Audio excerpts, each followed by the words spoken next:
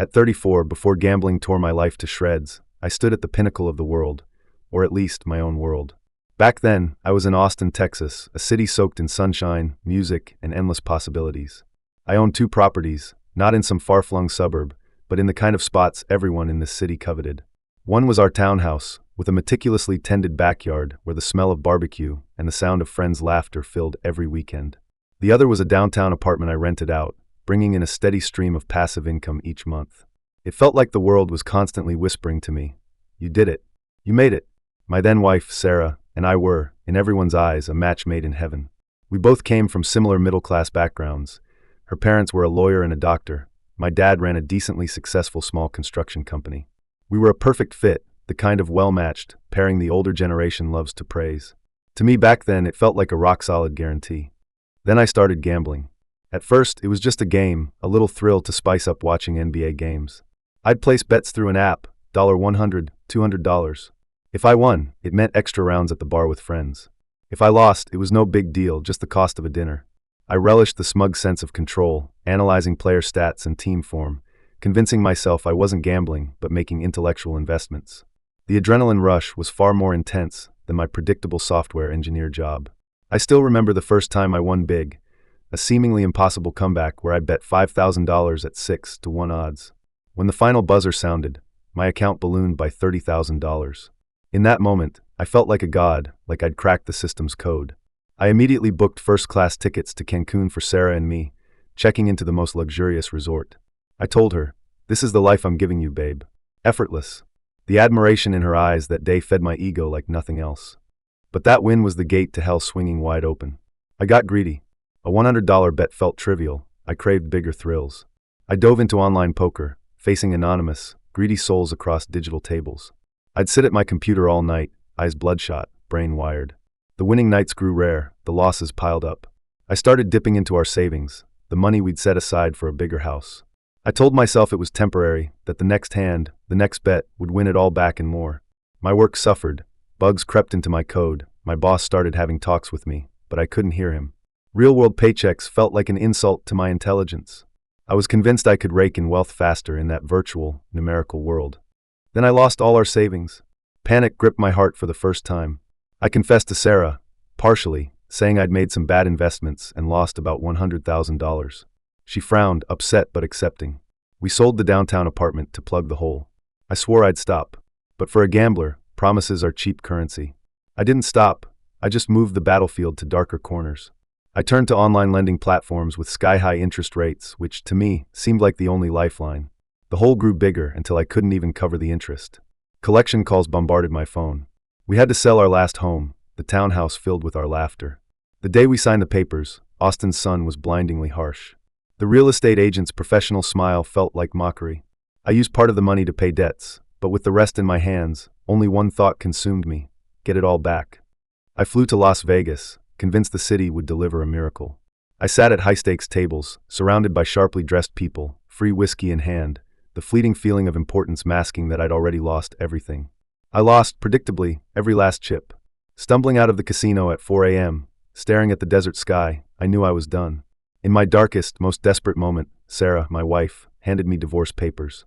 The cold, clear terms on that paper sliced through years of our relationship like a legal scalpel. She wouldn't even return the $12,000 I'd given her family before we married, money I'd offered to help her brother start a business, a gesture of goodwill. Now she called it family assets she was entitled to. In our marriage, she never truly cared about my inner world, never tried to pull me out of gambling's swamp. Her advice was always condescending criticism. Her eyes only saw the security money could build, never love, never me as a person needing redemption. She came from wealth, had a cushy job as in-house counsel at a big medical company.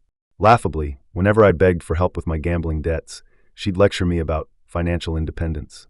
So why didn't she mention independence when we dined at fancy restaurants, when I maxed out my credit card in European luxury stores for her, when I paid for every vacation's flights and hotels? Why didn't she push for splitting the bill when I bought gifts for her and her family without blinking? Back then, she happily accepted my generosity, as if it was my duty as her husband. Now that I'd fallen, she used independence as a knife to cut me off completely. Then there's my high and mighty older sister, Emily. My parents scrimped and saved to put her through an Ivy League school, and she didn't disappoint, landing a job with the federal government in D.C., living the elite life. Her salary topped $100,000, not counting bonuses and cushy benefits. Her husband, an investment banker, raked in even more. They lived in a swanky apartment on the Potomac, spending weekends at private golf clubs or charity galas. My parents didn't give her much financially, not out of favoritism, but because she didn't need it. She'd climbed the social ladder through her own smarts and marriage. Me? Before gambling as a software engineer, I made $5,000 a month pre-tax, decent, but in a city like Austin, just middle class. My sister earned more in a month than I did in 2. When I was desperate and turned to her, she sent me a detailed Excel spreadsheet. She'd calculated every penny she'd ever spent on me, down to the cent, nearly $30,000, she claimed. It included the gaming console she got me for my 16th birthday, the laptop she bought me for college, even meals she paid for when visiting me in Austin. That cold spreadsheet made my stomach turn. If family ties could be reduced to numbers, what price tag would she put on our parents raising her, funding her elite education? An unpayable debt. When I needed help, needed my family to pull me up, she didn't.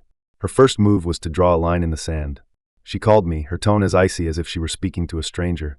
"Luke, I feel for you, but these are the consequences of your choices. David and I have our own family and life. We can't let you drag us down."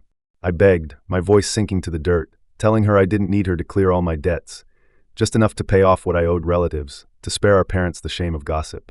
I offered to sign a legally binding IOU, promising to repay her with interest over years. It wasn't just for me, it was for our parents' dignity. But she refused, saying she couldn't set a bad precedent. She feared her money would vanish into the black hole of my gambling. She feared my stain would tarnish her pristine middle-class life.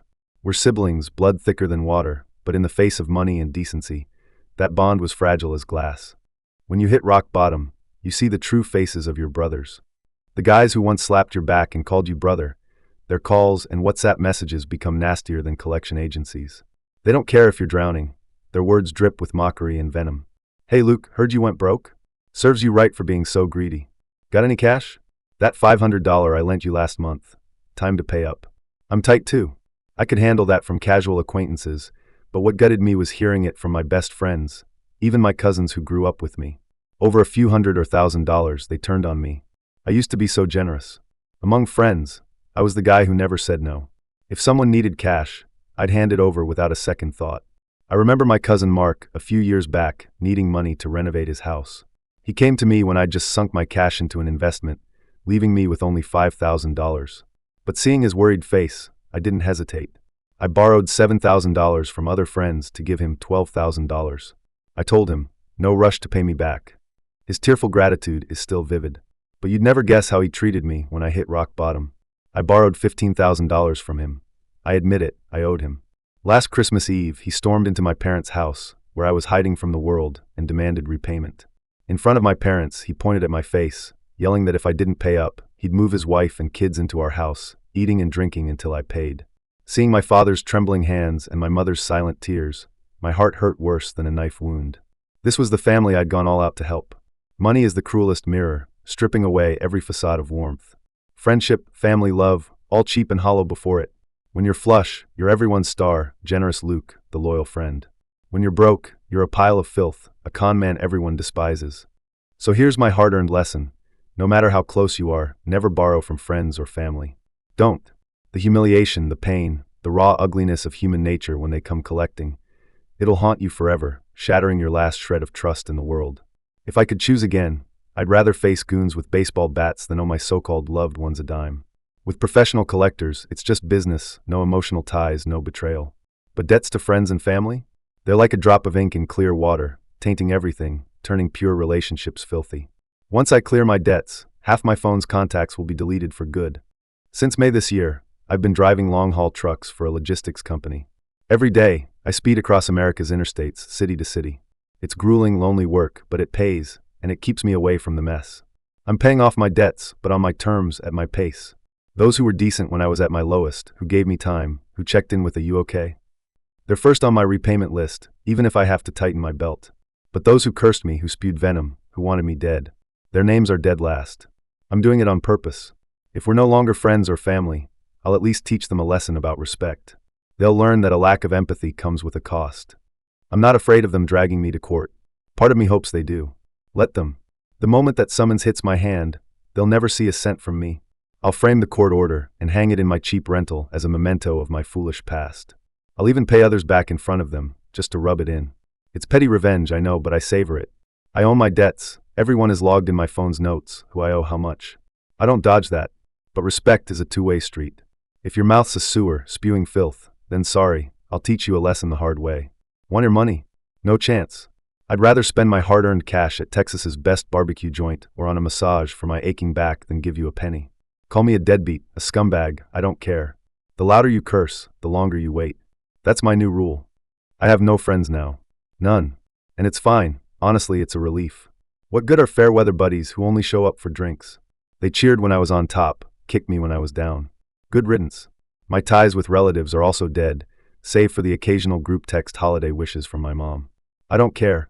I drive my truck, earn about $4,000 a month, and force myself to put $2,000 toward debts. The other $2,000 is my life. I rent a tiny $800 a month room, barely big enough for a bed and a table. The rest covers my food, my fun. I live well, free from anyone's judgment, no need to bend for fake relationships. To my creditors, either wait patiently for me to pay on my plan, or write off the debt and pretend I'm dead. Threats and insults? They do nothing. I'll pay, but on my terms. If you try to strong-arm me, you get nothing. Don't call me the king of debtors. I'm no king. I just want, after losing everything, the basic, humble respect of being human. That's all. I know plenty will hate my attitude, my approach. That's your problem, not mine. My life's already hit rock bottom. It can't get worse. Maybe you think I'm posting this on Reddit for clout or cash. Wrong. I don't need the money. I just needed this anonymous platform to dump the toxic emotions I've bottled up. If this subreddit bans me, I'll find another. Worst case, I'll post on some sketchy, chaotic forum. So what? I'm living for me now, the way that makes me happiest. After rent and repayments, I've got $1,200 a month to play with. I can hit up Whataburger, buy the latest games, or binge Netflix all day in a motel during a driving break. That's a damn good life. Some will comment, calling me shameless, irresponsible. To those moral high ground types, I ask, have you quit gambling? Have you lived through what I have? What gives you the right to judge? At least I'm working, paying off my debts bit by bit with my sweat. At least I've quit gambling. Those apps are long gone from my phone. That alone makes me better than the addicts still lying, scamming, or spinning tales online for cash. I haven't begged, haven't stolen anyone's takeout, haven't smoked cigarette butts off the ground. Yes, I hurt my family and friends, an undeniable truth I'll carry forever, but I haven't spread my sins to innocent strangers or conned kind-hearted. I finally get how to live. You don't need all that social noise. Those lively gatherings, those clinking glasses, it's mostly fake prosperity. Your reputation, your face? Worthless in a real crisis. It doesn't fill your stomach or clear your debts. Live your way, who cares what others think? My creditors rage, their curses behind my back. They don't touch me as I sit here, a slab of Texas brisket in one hand, an ice-cold Coke in the other. This is my life, and I'll live it my way. That's a million times better than the gamblers still lying to their families, hiding in dark corners, living off fantasies and deceit. You're worse than me. I'm in hell, but at least I've got my eyes wide open, facing it all.